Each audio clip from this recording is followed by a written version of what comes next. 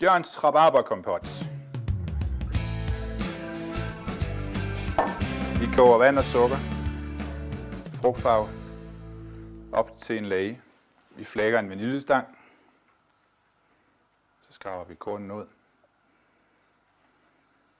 Korn og vanilje og den tomme skal putter vi op i lagen.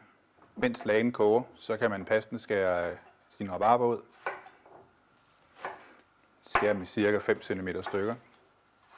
Jo finere rabarber du kan skaffe, jo mindre, jo tyndere, jo rødere, jo bedre. Hvis du kan finde helt tynde røde vinrabarber, kan du undvære farven. Når lagen er kogt igennem, så tilsætter vi vores rabarber. Vær omhyggelig med, at de kun ligger i et lag.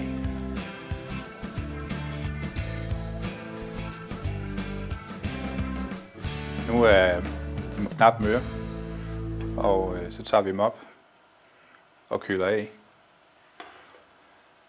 Lagen den bliver i panden, og vi koger ned til cirka det halve. Rabarberne de er nu kølet godt ned, så nu hælder vi dem i en pæn serveringsskål og hælder væden over, så den dækker. Den er nu klar til servering som tilbehør.